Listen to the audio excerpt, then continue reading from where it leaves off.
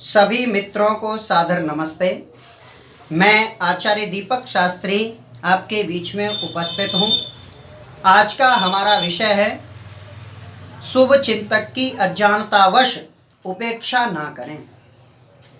शुभ चिंतक जो हमारे जीवन में होते हैं वो हमारे जीवन को निरंतर ही प्रगति की तरफ लेकर के चलना चाहते हैं या अच्छा रास्ता ही हमें बताते हैं, लेकिन दुर्भाग्य है उन लोगों का जो ऐसे लोगों को पहचान नहीं पाते हैं।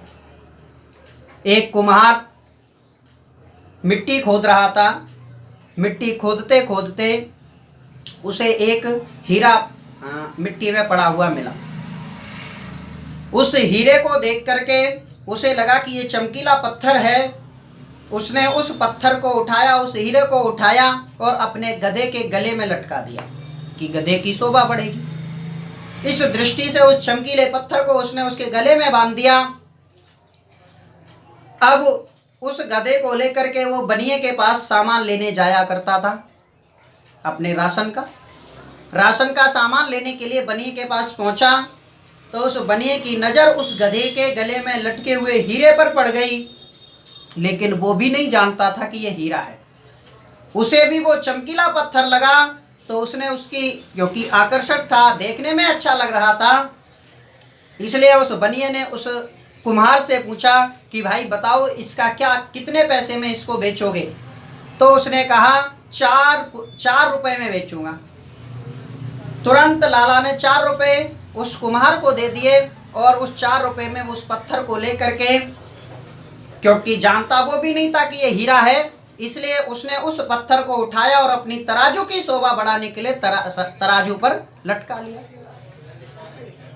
तराजू पर लटका करके वो अपनी दुकान चलाता रहा। तभी वहां एक जौहरी आया जो वास्तव में हीरे की कीमत को जानता था। उस जौहरी ने जब देखा कि इतना बेशुमार कीमती हीरा इसने तराजू पर लटका रखा है तो उसने पूछ लिया इसकी कीमत क्या है। तो लाला ने कहा कि इसको मैं 5 रुपए में बेचूंगा। जौहरी समझ गया कि इसको इस हीरे की कीमत पता नहीं है, ये इसको पत्थर समझ करके बेच रहा है, क्यों ना और कम में इसको खरीदा जाए। उसने कहा मैं तो 4 रुपए दूंगा। बनिए ने कहा नहीं, 4 रुपए में मैंने इसको खरीदा है, मैं इसे 4 में तो नहीं बेच सकता, लेकिन 5 रुपए से 1 रुपए कम और ज्यादा में मैं आपको ये नहीं दूंगा। जौहरी ने सोच लिया कि क्या है, कल आकर के ले लूंगा, मैं कहीं भागा नहीं जा रहा हूं और ये हीरा भी कहीं नहीं जा रहा है। वो जौहरी घर चला गया और अगले दिन आया, आकर के 5 रुपए देते हुए कहा लाला जी लाइए वो पत्थर मुझे दे दीजिए। जैसे ही 5 रुपए लाला जी के सामने बढ़ाए, लाला जी बोले अब वो पत्थर मैं आपको नहीं दे सकता। जौहरी एकदम आश्चर्यचकित होकर के बोला क्यों।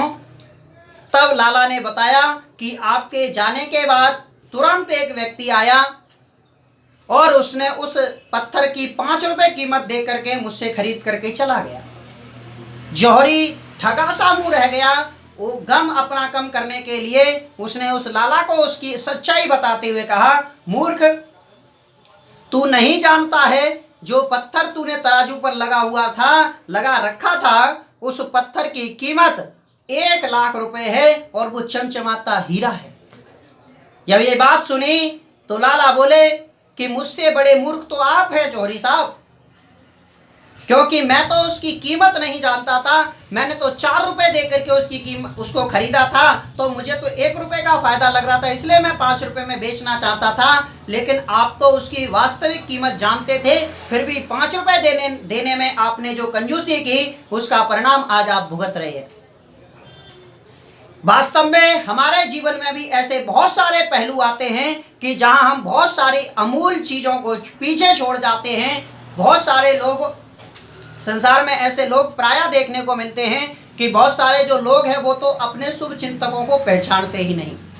महर्षि स्वामी दयानंद सरस्वती प्रत्येक का कल्याण चाहते थे, लेकिन उन्हीं में से बहुत सारे लोगों ने उन पर जहर दिया, उन्हें विष भरे सांपों को उनके ऊपर फेंका गया। नाना प्रकार से यातनाएं महर्षि स्वामी दयानंद सरस्वती को देने का प्रयास किया, क्योंकि वो नहीं जानते थे कि ये शुभ चिंतक है, ये हमारा भला चाह रहा है, इसकी कीमत क्या है, वो उस कीमत को जानते नहीं थे। लेकिन कुछ लोग ऐसे भी थे जो उसकी कीमत जानते थे। महर्षि स्वामी दयानंद की जो कीमत थी, महर्षि स्वामी दयानंद के जो उद्देश्य थे, उसको बहुत सारे लोग जानते थे, लेकिन अपनी अज्ञानतावश या अपने स्वार्थवश उन बातों को एक्सेप्ट नहीं कर पाते थे, स्वीकार नहीं कर पाते थे।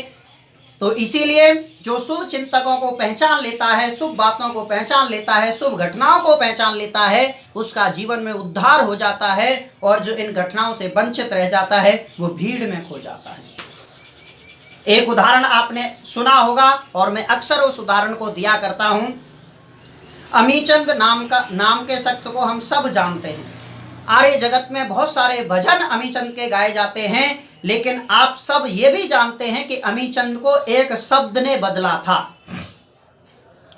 अगर वो शब्द महर्षि स्वामी दयानंद सरस्वती द्वारा जो बोला गया था उस पर वो गहराई से चिंतन ना करता, तो आज अमीचंद का नाम हम भी कोई नहीं जानते, और जब तक वो जीवित रहता तब तक अपने गांव या अपने पड़ोसियों से गालियां खाता रहता। लेकिन महर्षि स्वामी दयानंद सरस्वती के उस एक वाक्य ने उसके जीवन को बदल करके रख दिया, और आज हम सब उसके नाम को जानते हैं। इसीलिए जब भी कोई ऐसा शुभ चिंतक आपके जीवन में आए, ऐसी कोई शुभ घटना आपके जीवन में हो जिससे सकारात्मक प्रभाव आपके जीवन में पड़ सकता है, उस घटना से, उस शुभ चिंतक से निश्चित रूप से सीखें। यदि आपने उस अवसर को खो दिया, क्योंकि सुना भी होगा आपने, ईश्वर सबको कुछ ना कुछ टैलेंट देकर के इस संसार में भेजता है, क्योंकि वो सबका पिता है, और सबका पिता होने के कारण सबका कल्याण चाहने वाला है, और सबका कल्याण जो चाहेगा वो निश्चित रूप से कुछ ना कुछ विशेषता हमारे अंदर दे करके भेजेगा।